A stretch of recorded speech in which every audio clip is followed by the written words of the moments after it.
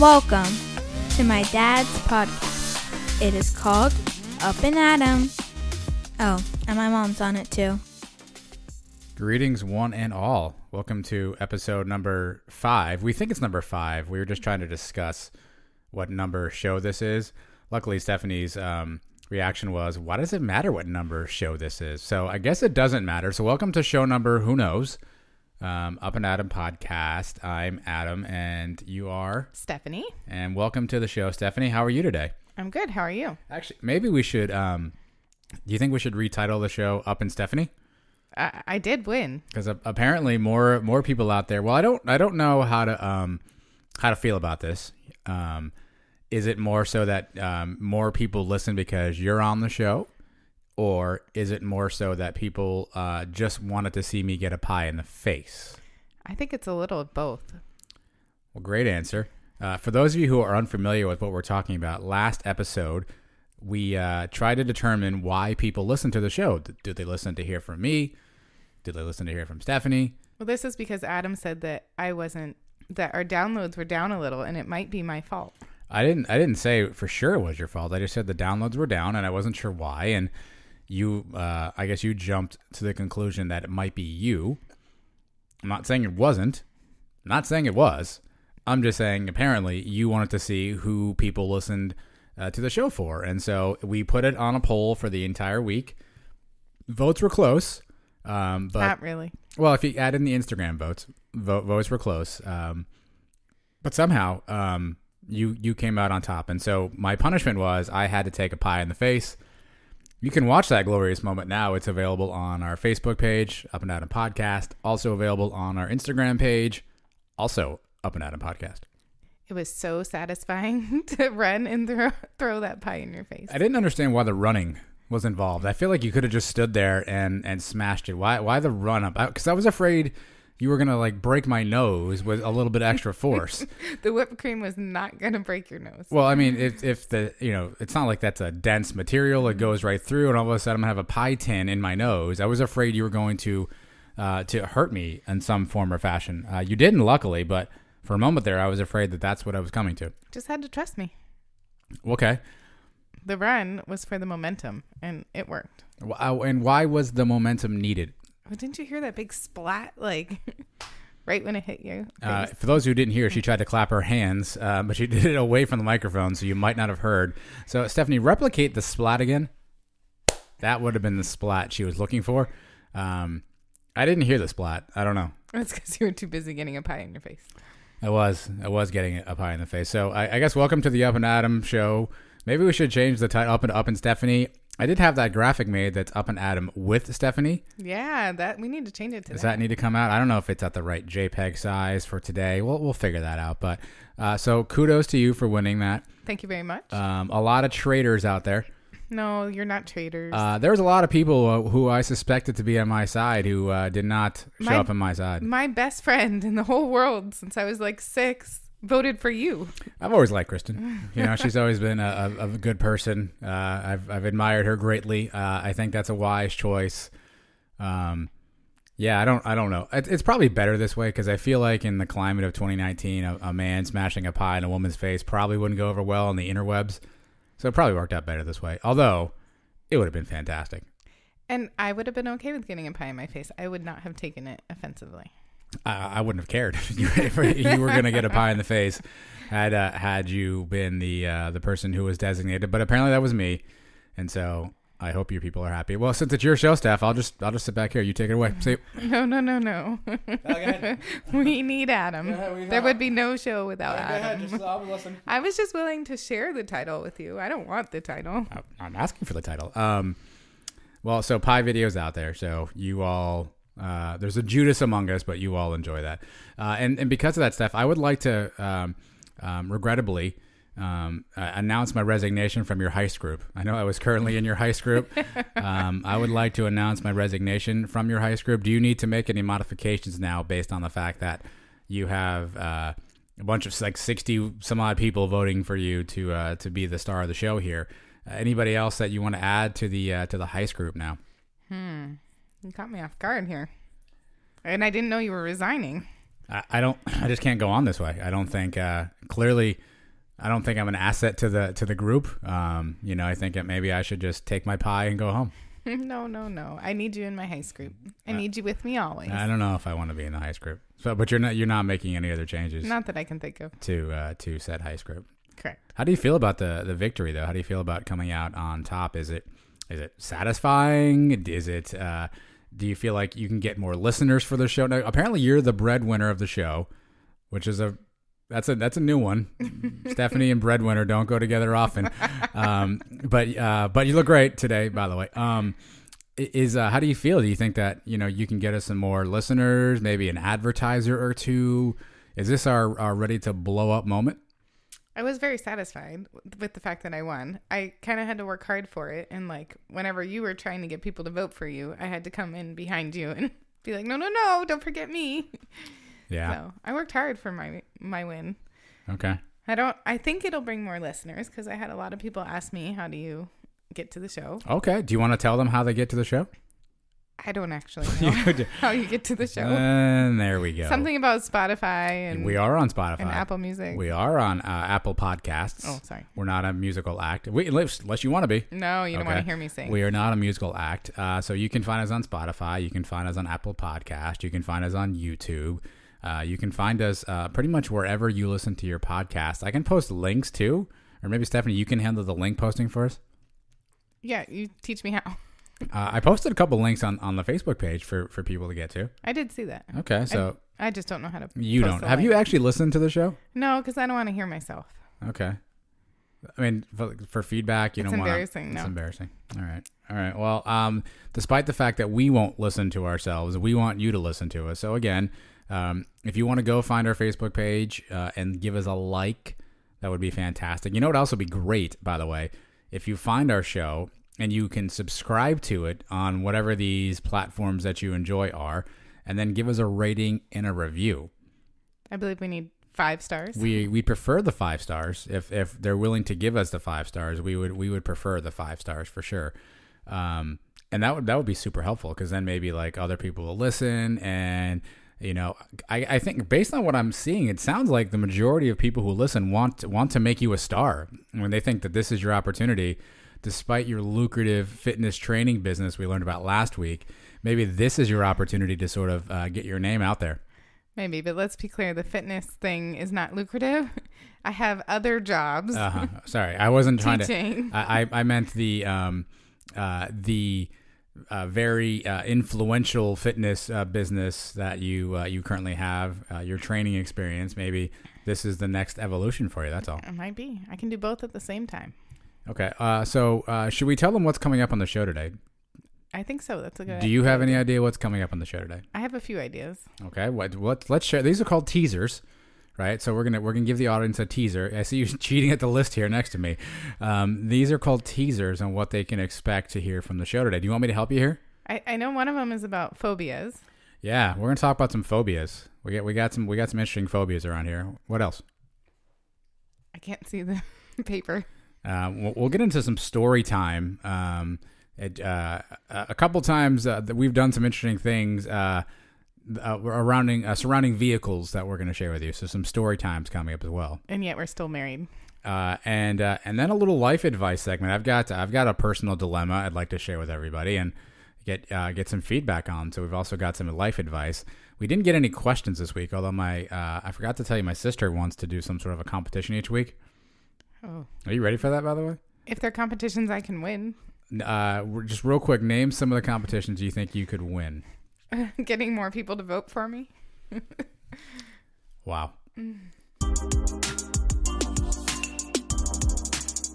My dad tells my mom what's going on in the world. This should go well. All right, so in the news, Stephanie, are you familiar with the crises going on with the Boeing 737 aircraft? I am. Why don't you clue the listeners in case they don't know? This is where we want to inform them about what's happening. So maybe you could just give them a couple of 30 seconds or so on what's happening with these Boeing 737 aircrafts. Is it 37 or 47? I don't know. You tell me. I think it's 47. Okay. I could be wrong. All right. One of the planes went down in another country. I should be more specific. I don't know what country.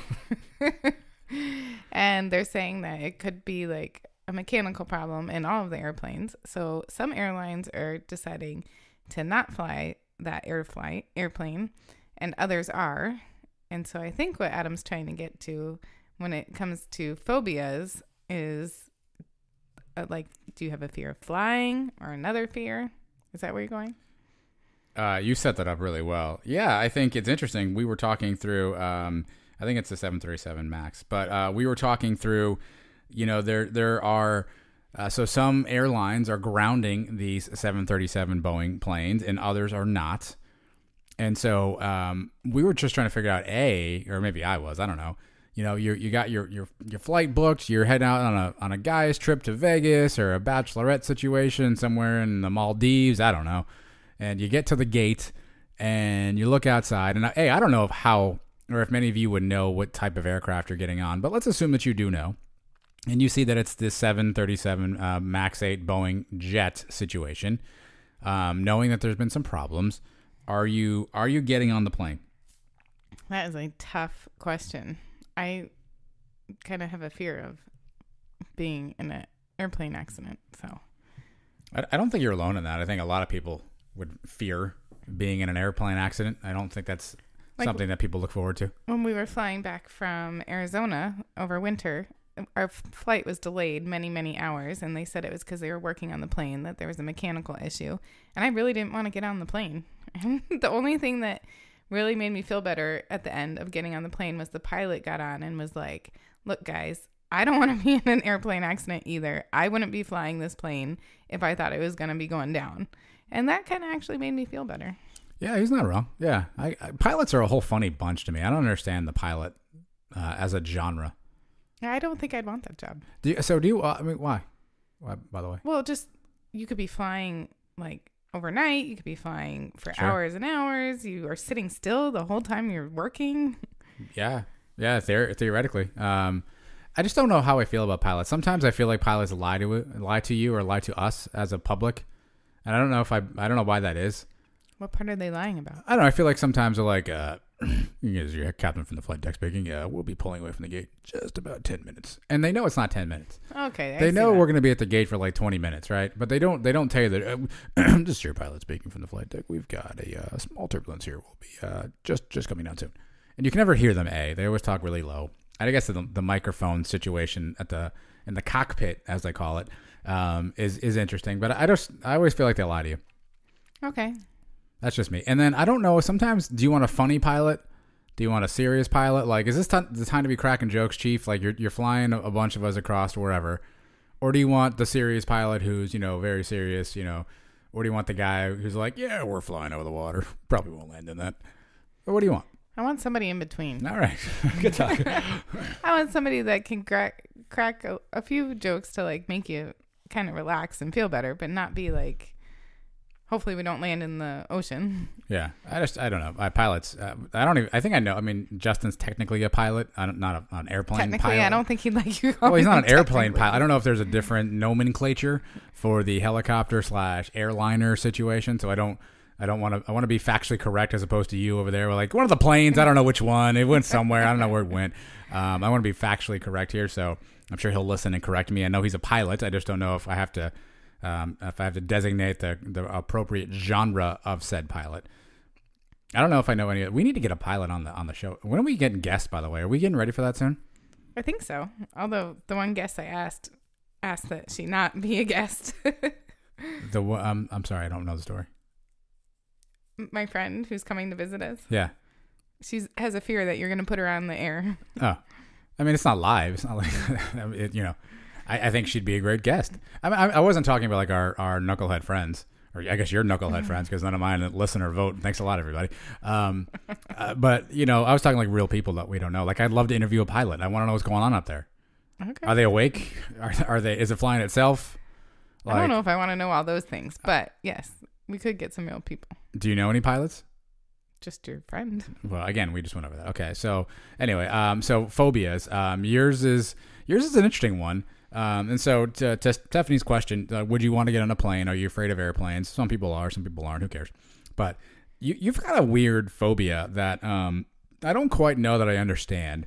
you've had this phobia. You've been very clear on this phobia, so it isn't like this is a new thing. Nope. You've been like this since pretty much the day I met you. And before. Well, fair. And I don't know that I quite understand the genesis of said phobia. So against my better judgment, I'm going to try to crawl inside the mind of Stephanie here and understand, A, your phobia, and B, where it came from. So let's start here. Stephanie, what is your biggest... Now, we should qualify. Certainly, loss of a loved one and, illness of a child, all that stuff applies. We're talking like irrational phobias that probably shouldn't be phobias. What is your phobia? So everybody's going to laugh, but I have a phobia of clowns / Easter bunnies / Santa Clauses. So anybody in a costume? Basically. Are there people in certain costumes that you're not afraid of? If they don't have something over their head. Okay. Or like or stuff on their face. Okay. Like a mascot. Like when we're at a sporting event and you got a mascot. Yeah, I don't like mascots. What if what if I'm sitting here right in front of you right now and I put a mascot head on? You just saw me put the mascot head. It's me. Is that still a phobia? It would still freak me out. Okay. Scratch my night plans. Yeah, that won't get you anywhere. Not much does. So when I was little, my parents always took me to the Shriner Brothers Circus every single year. I don't know why. Shriner Brothers? Yes. They had a circus in South Florida every single year. Never heard of the Shriner Brothers. It's not Ringling? No, you know who the Shriner Brothers are, right? I They're don't. the people who help kids who have special needs or deformities. I've never been to a circus in my life. Well, that's probably why you don't have a phobia of clowns. Even if I did, I don't think I would, but proceed. Anyway, so every single year, my parents took me to the Shriner Brothers Circus. It was a big thing. And I literally couldn't enjoy the circus because I was always so afraid that the clowns were going to come by and be near me. So I spent the whole circus time just like looking for where are the clowns. Like, are they anywhere near me? Don't let them anywhere near me. Like, my parents knew I did not like clowns. Don't bring me up to one. Don't bring one up to me. And then the Santa Claus and the Easter Bunny, like, I feel bad. I really haven't even let our kids sit on an Easter Bunny or a Santa Claus very often on their lap because I don't want to be anywhere near them. I don't think that's true. I feel like every year we go do at least the Santa Claus, the Easter Bunny. I know there's several photos of our children sitting on an Easter Bunny, which is random, by the way, but yes. That's usually because, like, we might be someplace where Easter Bunny or Santa Claus was randomly. Because you just never know when the Easter Bunny or the Santa Claus are going to show up. Seasons. Yes, that's true. But I'm not, like, running to go take my kids for the pictures of those things. The mall ones freak me out. Did these clowns ever, like, approach you and scare you? Like... No, so I think I know it comes from when I was little. My parents love horror movies. Okay. And after I would go to bed, they would watch horror movies. But I would think it was funny to sneak out of my bedroom and try and watch them, like, where they couldn't see that I was watching. And a lot of horror movies have clowns that are doing bad things. Do they? Yes. At least back then they did. And so, like every horror movie I don't has know a that everyone, evil. Okay, there must have been at least one in my childhood. Okay, that totally changed my mind on clowns. And so, what do you do when you're in a room and the clown shows up? I go to the other side of the room, or I leave the room. And if the clown tries to approach you, what if you're at a birthday party? You know, one of your friends is having a little birthday party for their 2-year-old son. And Bozo the clown shows up, which by the way, I always thought that was redundant. His name was Bozo. Like, we didn't know that. Anyway, so Bozo the clown shows up, and there's cake, and everyone's singing. There's Pin the Tail on the Donkey, and all of a sudden you turn around, and the clown is within an arm's length of you. Now, obviously, your friend wouldn't hire some rando clown, right? Somebody that you couldn't trust. So what's the situation when the clown gets near you? I get away from it. You get away from the clown as quickly as possible. Okay. And I'm not like bringing my son up like, hey, let's go talk to the clown. Let's go see what he can do. I'm taking him or both children with me. So the kids aren't also allowed near these? No, I prefer they not be. Oh, wow. Okay. And has anything bad ever happened to you? Like, No. Has a clown ever scared you? Not that I can remember. You know, tried to pull a fast one on you there, a little card trick, and upset you. You know, you just don't with the costumes. Yeah, it's just something about not being able to see their true face and their true like facial expressions, and their eyes freak me out. And it's just like I feel like even though I might even know who that person is as a clown, like in real life, I feel like they're like something different once they have the makeup on or the help, like something over their head. So like Marshmallow, the DJ, not a fan? Yeah, I don't like that. I don't know who, like... He never takes that marshmallow hat off. Yeah. So if he came to perform a concert in our front yard, which would be really weird, by the way, but if he did that, you're not... I'd listen. Just don't... Okay. Afterwards, I'm not going up to him and talking to him. Okay. So, but what if the clown approaches you and then takes off his or her clown mask? Does that make it better? Like, would you then talk to the clown? And how do you deal with Halloween, by the way? Now we're on that I really subject. don't. Have you noticed I never dress up for Halloween? I guess I have noticed that, sure. You're also like 39. I don't know that you should be dressing up for Halloween. In the 19 years we've been together, I have not dressed up for Halloween. Is that true? Yeah. Huh. I don't know. I have to fact check that. And so Halloween is not my favorite holiday for sure. And even just the kids having different costumes on, like... I don't like that at night. You don't know who they are underneath their face masks. Okay. All right. Well, I'm glad. But while we're on this, what is your phobia?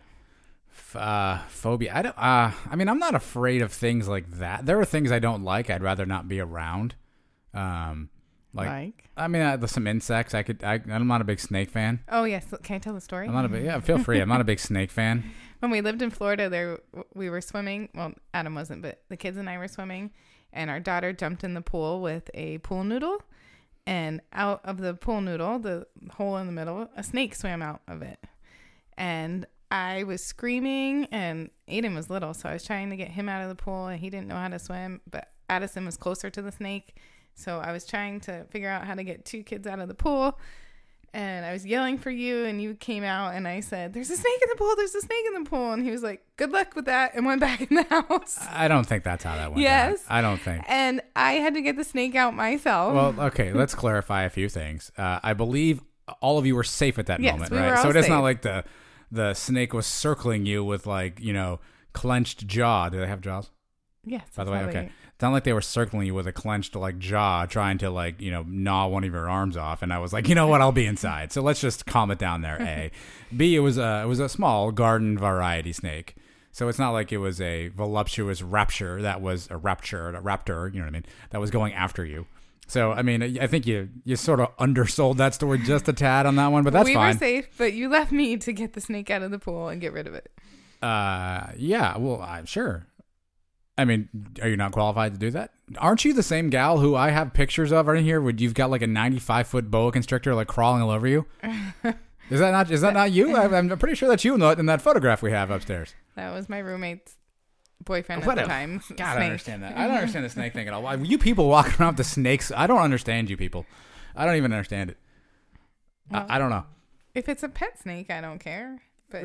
But when it just comes out of a pool noodle and you don't know if it's poisonous or not, so it's not a phobia. I have a lot of pet peeves, as you know. Like this is more like I have pet peeves, and that's one is the snakes. You people with the snakes, I don't understand. You might have just lost some listeners. Oh, that's fine. They can happily slither away because I don't understand the snake thing. I'm not. Again, I prefer not to be around them if I can avoid it. Certainly, if there's a venomous one, I've got a phobia of that. Do I have a phobia? So I do have a small phobia of late. This has occurred recently. So as some of you listening to the show might know, I have a pretty hellacious drive to work every day, and we're going to talk about cars in a few minutes. But about 2 years ago, I was rear-ended by some dude on the highway, and now I have a phobia. Like when traffic is backing up, as it often is.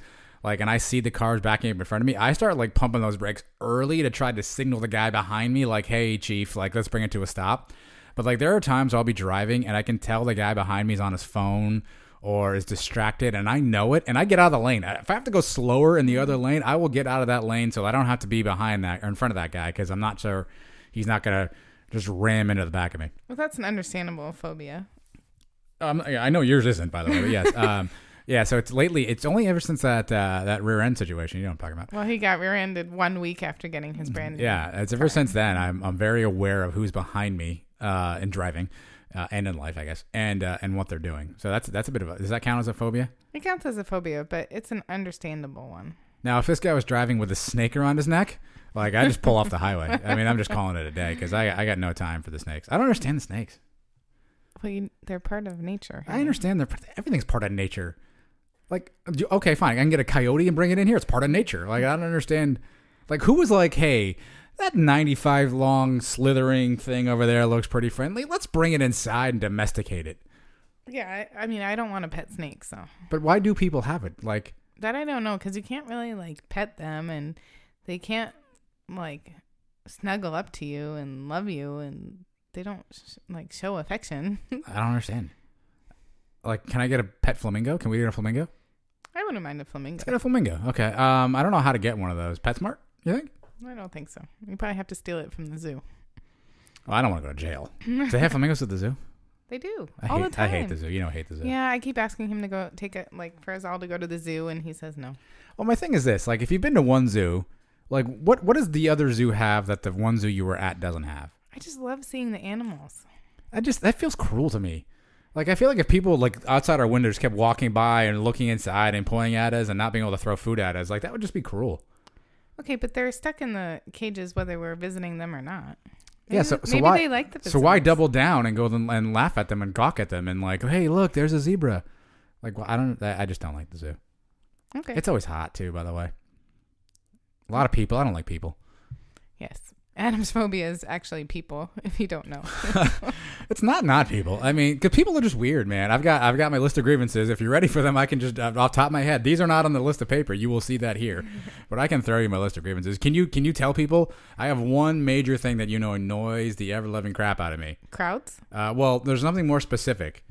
It happens a lot when we're places, grocery stores, Oh, people who are unaware of their surroundings. People who lack spatial awareness are people who just, like, it's all about you people just standing in the middle. It happened last night. So we went to the Downtown Tracy Beer Festival, which, by the way, we probably didn't fit in there. Yeah. Adam made us leave because there's too many people. I did not. Here we go again with the stories. We just make up our own stories, don't we?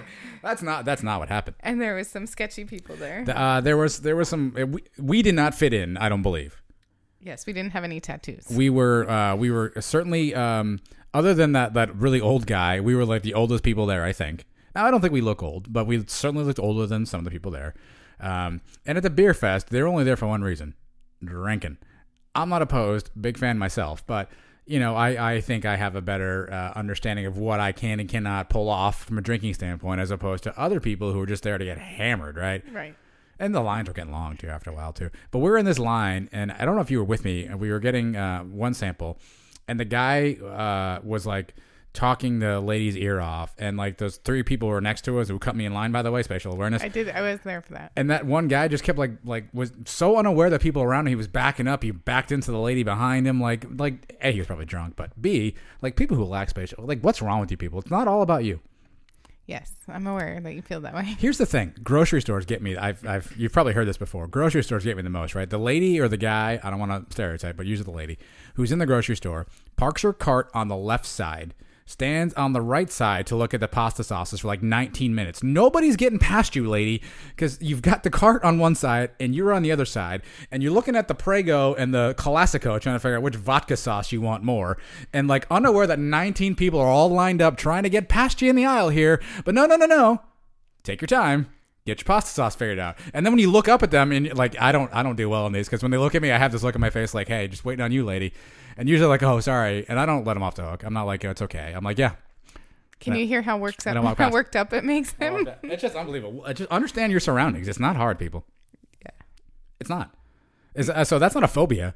I'm more afraid I'm going to hurt one of those people one day, let alone anything else. But we didn't fit in that beer fest, did we? No. No. It was fun though. No. I like the pretzel necklace. You did wear, so that's just, I don't even want to talk about it. Do you want to talk about it? Well, I don't know what we're talking about. I like the pretzel necklace. I thought it was a good idea. And we'll end on that. my dad and mom tell you what to do. Good luck with that. All right, Stephanie. All right, Adam. I need some advice. Okay. And I don't know if you can help me on this, This is scary. but maybe a listener or two can give us some guidance on this, because I think you actually need this advice too. You just don't know you need it. Okay. So, are you frightened about what I'm about to say? Yeah, because I have no idea. You have no idea what's coming next. Okay. You're a little concerned. A little bit. You're a little concerned. We have a daughter. Yes, we do. She's 11. She is. She's at the age now where she's got some friends, and she has access to these friends. They have text messages. They can talk outside of school. FaceTiming. It's different than when we were kids in that, you know, if your friends didn't live on your block or something, you probably didn't see them outside of school, right? And you didn't have any contact with them. I guess back then you could talk on the phone, but no one really did that. At least I didn't do that as a boy. Yeah, because my mom was always like, "Get off the line. You're holding up if someone's trying to call." Someone's trying to call. Back the old days. Wow. Imagine. That's just crazy to think about, by the way, that you only one person that could talk on the phone at a time. Yeah. That's odd. Anyway, so Addison has been having some challenges with some of her friendships lately. You know, some of the girls are sometimes have an attitude some days, and there's problems one day. And so we had a really tough situation the other night that I ended up having to handle because thanks a lot, you were in the shower. I had no idea the situation was coming. And Addison was I guess a little bit perturbed that she was hoping her friends would talk to her, and you know these two girls were talking to them the other and not Addison, I guess. And Addison was a little upset about it and made kind of a comment like, you know, saying essentially that she wasn't surprised that they left her out, and they were kind of like, why'd you say that kind of thing? And Addison got really upset about it. And I didn't quite know what to do in that situation, right? I didn't quite know how to help Addison because she was obviously upset, and you can tell how she was feeling. She was feeling left out. She was feeling like the two girls wouldn't be friends with her the next day, and that she wouldn't have any friends at school, and then, you know, she would picture herself like all alone eating lunch. And I found myself getting really sad about that. That was actually a really sad situation, and I didn't quite know how to help her. And I you know, we talked to her all that night and tried to give her some things that she can do and say. But the next day at work, like I was bothered by, like, I don't know how to help Addison. I don't know what to say to her. I don't know what to do. Hopefully these girls will be nice to her the next day. Obviously we can't make that happen. Right. So what are we supposed to do in those situations when some of her friends are just at whatever the situation is? It doesn't have to be friends, but you know, she's feeling a certain way. And I guess up until this point in her life, there are things that have happened to Addison that we can fix for her. We can help her with. We can make her feel better about it. We can, you know, if the thing is broken, we can fix it for her. If she's hungry, we can get her the food. And she has a lot of food, by the way. Mm-hmm. But in this one, it was like we literally, or at least I literally can't figure out how to fix this. And that was a weird feeling, Steph. And I don't know how to handle that as I envision it's going to happen more and more as she gets older. But I wasn't quite sure how to fix that. Yeah, it was weird because it was out of our control, and I felt kind of like helpless that night. And it took everything in me not to reach out to those girls' parents and be like, "Do you know what's going on?" But I know that's not the right thing to do. Yeah, I mean, I had a different approach. I'd go down there and handle it, right? I'd go talk to some people, but you're not allowed to yell at like other people's kids, right? No, you'd get in So I trouble. feel like I shouldn't do that, although I was ready to, because some of it could have been Addison's fault, right? Some of the ways that she went about handling it were her fault, potentially, and the way the girls also talk and think, you know, some of that's their fault too. And so, yeah, I don't, you know, calling up the other parent and being like, "Hey, your kid was mean to my kid," which, you know, again, it's loosely translated because the other parent could read that and be like, "Oh, she was just saying like, why are you mad at me?" Like, I think if that happened to us, I can only imagine the reaction we would have if someone's like, "Addison was mean to my kid today," and said the following. We'd be like, "Oh, she wasn't trying to be mean. She was just saying something," right? So parents often get defensive, but I didn't know how to help Addison, and I didn't know what to do or what to say. We tried to give her some advice, but I just, yeah, that was a kind of a new one for me. I thought you did a really good job. I was, like Adam said, in the shower, and I had no idea it was going on. And then I came down, and you were already handling the situation, and you were, even had her like model or practice like what to say to some people. Sure. Based on what they might say. Yeah. So well, you were practicing. And I don't know, that kind of warmed my heart to see you taking the time to really make sure she was okay. And then later that night, she was in our room and, you know, the three of us were talking. And I feel like we've made her feel like she can come to us with anything and talk to us. And we may not have the perfect answer, but at least we're willing to listen. So I thought what you did was very sweet. Well, I wasn't trying to be sweet per se. It was just more so. But I feel like you handled it well. Yeah, but I don't know that I did because I couldn't solve anything for her. I couldn't fix anything. I couldn't really help in any way, shape, or form. And that's an odd one because, again, like I said, we've been able to sort of like help fix the problems when they're there. But I guess at what point, like as a parent, are we just supposed to let them fix their own problems on their own? And we just kind of step out of it and say, okay, Addison, well, you know, these two girls, they said these things and they were kind of, they hurt your feelings about this, but like you've got to go figure it out, or, you know, just figure out how to be nice to them, or, you know, what to do. I guess I don't know at what point we're supposed to let our own kids figure out how to solve their own problems, you know? Yeah. It's like we've given you the tools that you need. Now you've got to use them and not so much have us be there to solve the problem. But I don't know what age that is that we can like really like let her do it on her own. This one was tough for me because it was more of an emotional problem. Like if she didn't study for her test and the next morning got up and was like, oh my God, I didn't study. I don't know anything. My test is in an hour. I would be perfectly fine being like, well, Addison, you know what? You didn't do what you're supposed to do. Now go to school and take the test and live with the consequences, right? Like I wouldn't be like, let's not send her today, or, you know, let's let her come in late so she misses the test. Like I wouldn't be on board for that. But this was more of an emotional problem, something that, you know, tangibly, I think she was kind of confused at like, what did she do wrong? Where, you know, in other situations, if it's like, Addison, you didn't do the following, and because of that, there are repercussions, like I'd be okay letting her learn that lesson. But yeah, for sure. Her feelings were hurt, and her friends weren't willing to listen that her feelings were hurt. And I think that was what was sad. Like they were basically telling her she couldn't feel the way she felt.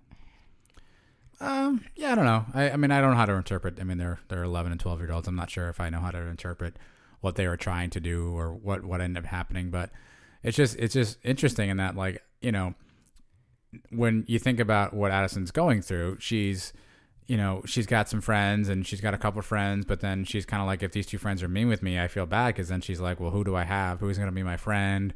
You know, who am I going to sit next to at lunch? And not that I, you know, had a rough childhood by any stretch, but I can always somehow relate to loneliness to some extent. And I kind of felt like that was Addison saying, like, I'm going to be at school sitting under the tree by myself, you know, and just the thought of that really, really upset me. But I had no clue how to help her. Like, was I supposed to go to school and have lunch with her? Was that what I was supposed to do? At one point, I was like, Addison, do you want me to go and do you want me to go and talk to him? And she was like, yes. You should. And I'm like, you really want me to go do that? And she actually said yes. And I think she meant it, because I think she was looking for someone to help her. Now, I'm not sure I would have been the right person to help. She was not thinking clearly in that moment. But yeah, I guess twofold. What I need advice on is I need to understand how should you help your children when they're having emotional problems, right? And not like their outburst, or, you know, they're kicking and screaming at Target or something like that. But when their feelings are hurt and they're upset, you know, what do you do to help them? You know, and how do you make things better? Right. I guess that's where I don't know. And I know that you don't know. Yeah, no. Because I was like, what should we do? And you're like, I don't know. We did what we thought was best. You know, what we could come up with at the time, but maybe other people have other ideas. And it seemed to work out okay. Yes, because the next day, she said it was a little bit weird in the first few minutes in the morning. And then by math time, everything was fine. And they were just all talking like nothing had ever happened. Yeah. And so we spent the whole day stressing like how her day had been at school. Did she have to eat by herself? Did she have to play by herself? Like, and then she gets in the car and I'm like, how was your day? Like, what happened? And she's like, everything's fine. And I'm like, oh my gosh, Daddy and I stressed all day. And it was fun. But it's also, there's overprotective parents who, like, you know, they always want to know what's going on. Then there's parents who like don't care, and their kids do whatever they want at school.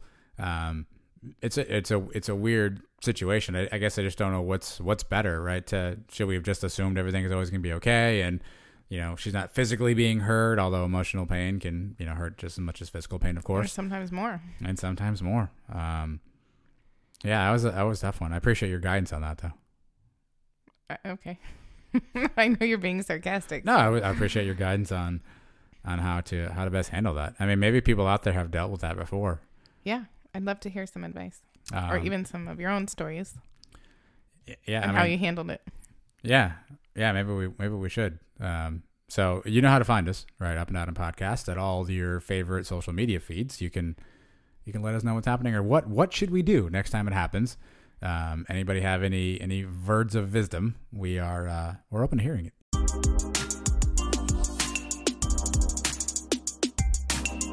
My dad and mom tell stories from when they were younger.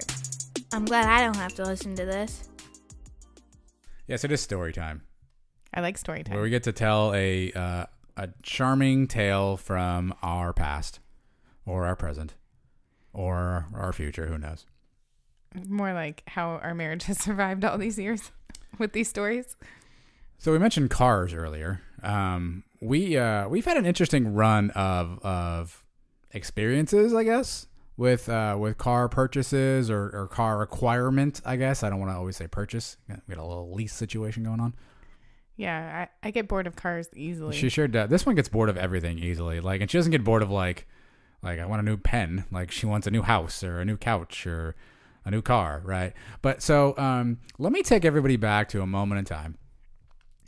It is 2015 or 14. I think it's 2014. I think it was a while ago. Your guy here is going to work. Actually, no, I was going to the Dolphin Mall store. I was with our good friend Tayton, and we were driving down there to do some form of a big visit that day where we were going. And you were taking your GMC Acadia to the dealership. You needed an oil change. Yes. And so I'm driving. So we lived about an hour or so from where I was heading. So I was in the car for a while, and texting and driving is obviously not a cool thing to do. And at some point during my drive, the phone went off, and I looked down, and I remember the message specifically saying something to the effect of, "Hey, it turns out that if I turned in my car now, apparently they have a really good deal going on new GMC Acadias, so I could turn in my lease now and get a new one for practically nothing." And I'm like, well, so I'm trying to write back I don't think we need to do that stuff. We'll figure that out when we figure it out, right? And it was quiet for a couple of hours. Didn't hear much on the text machine. I was busy slaving away at work as I always do. And then I started to get some series of weirder texts from you, just asking some strange questions. Maybe you want to fill us in on what was happening on the other side of those conversations there, Stephanie? Well, on the other side of those conversations was the sales lady, who I'm not very good with dealing with, had convinced me it's time to turn the Acadia in. And so I really wanted the next version Acadia. And so I think I was texting you this is how much money I'm putting down. Is that okay? But you weren't answering me because I think you were doing the visit by then. Probably. And I kind of needed an answer right then. So I went with yes. Uh-huh. And I came home with a brand new Acadia instead of an oil change. Mm-hmm. Yeah. So you went in for an oil change. And you came out with a brand new Acadia. Actually, you didn't, because I had to go sign some papers. Well, no, they gave me the Acadia to take home. But as soon as I got home, we had to schlep it all the way back down to the GMC dealership. Yeah. So I could put some ink to some paper to solidify your new GMC Acadia. Yeah, you had to sign some papers because you're the breadwinner. We've established that earlier. And so why didn't you just say no? I've always wondered that about you. They're like, hey, do you want to trade your car? No. Well, we have a good no. I'm not very good at saying no. You know that. I actually don't know that. I'm good at saying no to you, That's but true. everybody else in the world. Yeah. Why is that, by the way? I don't have a reason. We should really explore that one of these days. And so this actually brings up a good story. This is another funny story. Again, our car dealership days. This was circa 2005, and I just had my first real job. We were living in Vero Beach at the time. And I decided I wanted a new car. I wanted a truck. I always wanted a truck. Decided I wanted a truck, and you were like, "Okay, fine. We can maybe go get a truck, right?" And so we decided to take a look around and figure out what was going on with trucks. And an interesting thing happened after that. So I finally convinced Stephanie to let us go look for some trucks. We're gonna go around, and again, we're super young at this point. No children. Never purchased a car before, so we have no experience. I have no idea what the heck's going on. You don't know what the heck's going on. So we figured, hey, this will be easy. We'll go in. We'll put some monies down. We'll get a truck. Yada yada yada. So we go to a few places, and it turns out it's not as easy as we thought. Right? It's a lot of money. There's all these other things. Credits. Blah blah blah blah blah. So we were learning a sort of a crash course in how to purchase a vehicle, but your guy here, I typically don't. I don't deal well with salespeople. Would you say? Well, you don't deal well with people in general.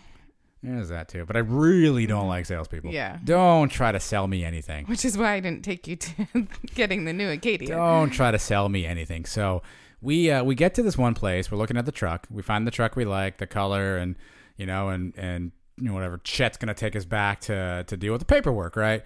And so in your head, I've got a number. Like, I've got a number. This is the number that we have. And so we sit down and, Chet's like, okay, blah, blah, blah, gonna get this. And, and he spits out this payment number. And I'm like, that's too much. And he's like, well, again, you're going to only put this much down, yada, yada, yada. If you did, put down an extra 10,000, it would be this. And I'm like, Chet, we can't put 10,000 down. That's not what we're going to do here. Well, unfortunately, if you amortize it, and he's just putting all these numbers out there, right? And I felt like I kept saying no to Chet's numbers, right? Yes. And so the only rule I recall growing up, I didn't have a lot of experience with car purchases, but my dear mother was a fan of always just walking out, just getting up and leaving. That was her thing. Yes, I had heard this. And so I told Steph, look, so Chet leaves the room to go talk to the manager, which is that guy who's like sitting on the higher counter, by the way, like sit on the ground like the rest of us common folks, but whatever. And so I look at Steph and I go, listen, when Chet comes back, if these numbers are bad, we're getting up and leaving. And she's like, well, I mean, maybe we could put down an extra. I'm like, Steph, Chet comes back. We're leaving. And she's like, okay, fine. So Chet comes back in. He's like, well, talk to my manager. And, if you're willing to put down an extra like $7,500, I can probably knock that payment down like $30 a month or something. I'm like, hey, Chet, we appreciate your time, man. Thanks a lot. Appreciate it. We're too far apart in this one. We'll see you later, right? So I hit the door. I'm feeling good. I hit the door. I got a stride. I got a stroll. I'm strutting I'm peacocking my way outside of this Nissan dealership. And I'm about at the front door, and I turn around, and my dear wife is still sitting in the chair in Chet's office. You didn't make it out for some reason. And so I turn around, and I'm like, and I'm looking for a second, like, what is she doing? Like, did she think I was going to get the checkbook? And so, like, I kind of start to slowly kind of walk back in, and I'm like, Steph, we're going to leave. And Chet's like, no, you don't want to leave. I'm like, no, Chet, we're out of here. And finally, you're like, okay. And finally, you stand up and you leave. And so the whole way, I'm like, Stephanie, I told you, when you get out the door, you're supposed to walk. What are you doing? And I still, for the life of me, don't know what you were saying there for. Because I hate to say no to somebody, even if it costs us a lot of money. I'm terrible about that. But I'd already left. You were just going to stay there for Chet for the rest of your life. I was out the door. Where are you going to eat that night? I don't understand what you were thinking. I don't know. I was young. So we did not buy that car from Chet because Chet was a real a-hole in the end, and we ended up going someplace else. And we got an awesome deal. And we got a nice deal on the Titan of my dreams that Stephanie later just stole from me for whatever reason. But we got a nice deal at that point. It was a sweet deal. I had that car for like 37 minutes before I had to get rid of it, apparently. Well, we had a child. And apparently children can't have a truck, but that's fine. No, a one-car driveway that didn't fit the truck in it with both of our cars. We figured it out. No, we didn't. We turned it in. We would have figured it out. Yes, but that also leads to another car story where Adam decided he had to get me back for me going to the dealership. Go again. That wasn't to get even? No, that was not to get. Okay, I plotted my revenge for 14 years. No. I'm not from that the patient. Acadia one. So it was only like 2 years. Add the context. No, because here's the thing. Can I actually tell the real version of the story first, and then you can tell the story, but I'll tell the preamble. You know what the preamble means? Yeah, I know what it means. So. So 14 years pass and your guy still wants a truck. Never had a truck. I'd gone through some different SUV type vehicles, some more gas efficient vehicles for driving purposes. And so finally I'm at a place where I'm like, okay, I think we can get a truck in our lives. The kids are older now. We can get the back seat for them. This can work out. Plus, we live in the country where everybody has Everyone's got a trucks. truck. And you were like, okay, I think that's fine. You know, you were loosely on board with the idea. You had known we were talking about it. I had already planted the seed that a truck was in our future. Yes, but you didn't know what truck. I was shopping around. I was going on the internets, looking at the different truck options. And so as the backdrop to the story, that's the truth. Now you can pick it up from there and continue on with the rest. So Adam tells me, I'm going to Target. Do you need anything? So I make him a list. That's actually incorrect. You actually had a list and said, will you go to Target and get this stuff for me? I'm going to go take my nap. Oh, absolutely. No. You were going to take your nap because Aiden was napping at that point still. And so Aiden napped, Mommy napped. And so your guy here and little Addison. Yeah. So he said, I'll take Addison with me. We're going to go to Target and get the groceries you want. Yeah. You're welcome. Guess what? What? Those groceries never came home. In fact, he never went to Target that day. Instead, they decided to pull into the Nissan dealership. Him and Addison, who is nine at the time. Yeah, about 9. And he calls me from the dealership and says, can you bring the checkbook? I was like, what do you mean? And he's like, I'm buying your truck. He literally went with our 9-year-old daughter and for hours sat there and then bought a truck and didn't go to Target or get the groceries. No. What you also missed is that you must have been sleeping for hours because you didn't notice we were gone that long, apparently.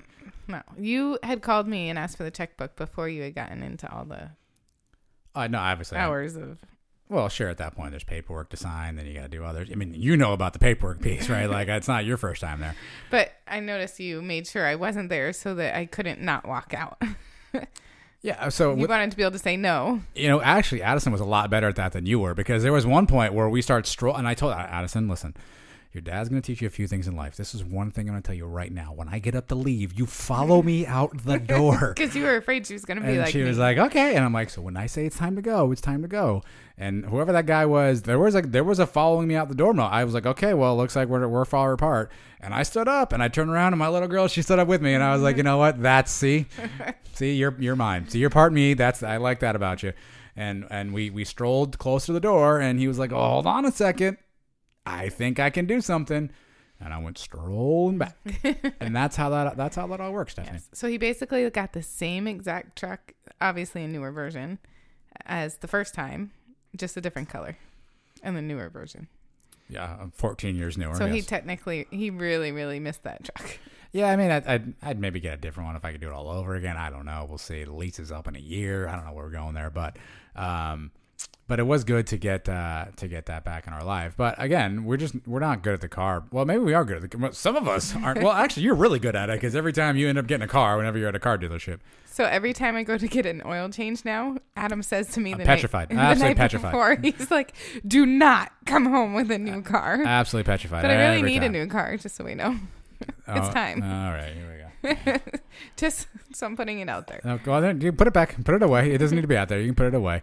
We'll take it into advisement. You've got like a year left. But I need a 3-row seat car. You don't need a 3-row seat car. You see all the equipment I try and put in the car. It doesn't fit with the children and the scooters and the equipment. That sounds like a you problem. I don't understand.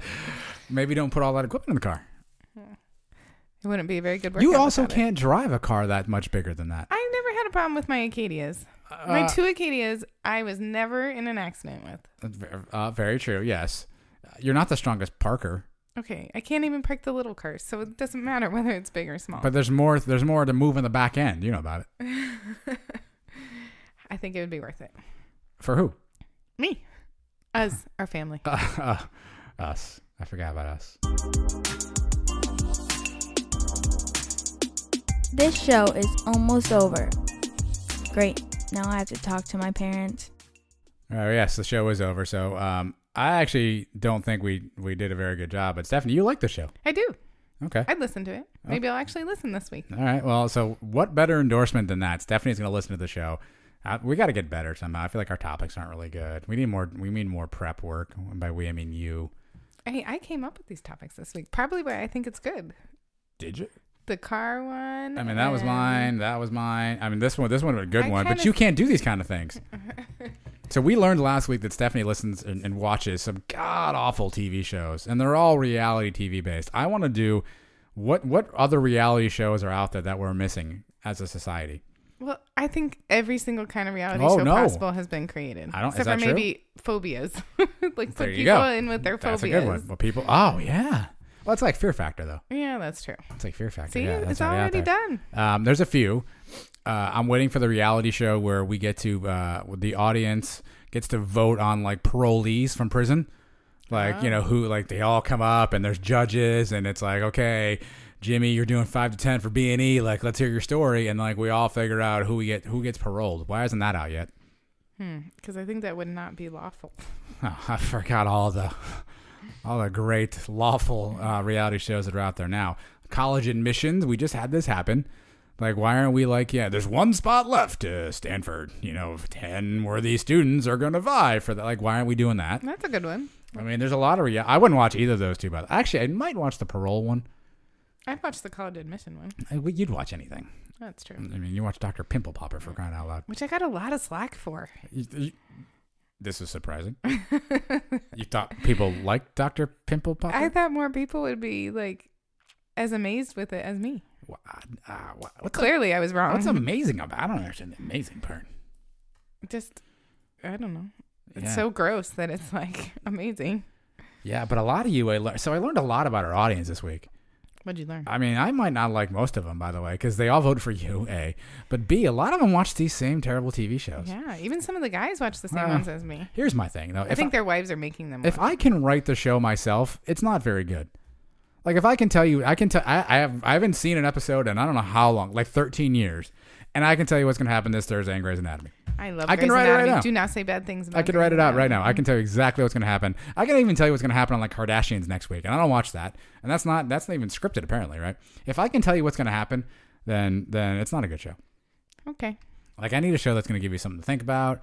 It's going to keep you on your toes, keep you guessing a little bit. I like reality stuff, but like reality, like documentary type reality stuff, Making a Murderer. I love that. You've seen like 7 minutes of it.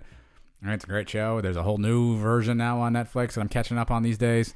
Like, those things are good. Yeah, you're all about documentaries. I mean, it's the truth, allegedly. Allegedly. Why not watch it? I watched some of it. All right, well, watch them after you listen to our show, please. Even though I just insulted all of you, by the way, which was bound to happen eventually. I'm surprised it's only 5 shows in. Listen to our show. Yes, please. Well, maybe you should get them to listen because you've got the magic power. So why don't you give them a reason to listen to the show? Because I'm on it. You can hear me. All right. Well, if that doesn't get you, we thank you for listening in. Again, subscribe, rate, review. Find us on all of your platforms. Give us a review on our Facebook page, Up and Adam Podcast. Follow us on Instagram. I know you've got Instagram. You people out there, not you. I was going to say, I don't have Instagram. I'm talking so even though I'm looking at you sometimes, I'm talking into the microphone. I'm actually talking to them. I'll figure it out eventually. We're going to get there. Yeah, so follow us, like us, subscribe us, because it's going to get tough. So here's the thing. Stephanie's she signed up for this a little bit, but I can also tell she's on the fence here. Like, we have to convince her to keep doing these kind of things because she has vacuuming to get done. There's alleged work to be done here. Laundry. Nobody cleaned off the refrigerator door yet today, and so her time available to do these is starting to wane. So if you like what you're listening to, God love you, by the way. Let us know. That way we can continue it. If not, I guess It'll just be Up and Adam. it is. Oh boy. Good night.